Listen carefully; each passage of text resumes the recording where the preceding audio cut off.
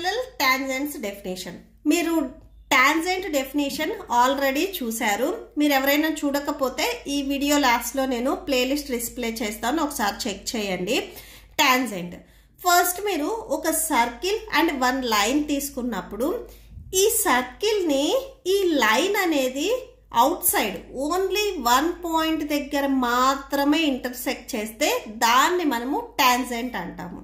So అసలు ఈ సర్కిల్కి ఇలాంటి టాంజెంట్స్ ఎన్ని వస్తాయి? సో ఇవి ప్యారలల్ టాంజెంట్స్. మీరు ఒక సర్కిల్ తీసుకొని హారిజెంటల్గా అయినా కానీ వర్టికల్గా అయినా కానీ సమ్ లైన్స్ని మీరు డ్రా చేసినప్పుడు మీకు ఏవైతే ఇక్కడ నేను గ్రీన్ కలర్లో లైన్స్ చూపిస్తున్నానో ఆ లైన్స్ అనేవి మనకి టాంజెంట్స్ అవుతాయి. ఎందుకంటే ఈ టూ లైన్స్ అనేవి మనకి ఓన్లీ వన్ పాయింట్ దగ్గర మాత్రమే ఇంటర్సెక్ట్ చేశాయి. రిమైనింగ్ ఏవైతే రెడ్ కలర్ లైన్స్ ఉన్నాయో ఈ రెడ్ కలర్ లైన్స్ వచ్చేసరికి మనకి సెకండ్ అవుతాయి. ఎందుకంటే ఈ సర్కిల్ని ఈ రెడ్ కలర్ లైన్స్ అన్ని 2 పాయింట్స్ దగ్గర ఇంటర్సెక్ట్ చేశాయి.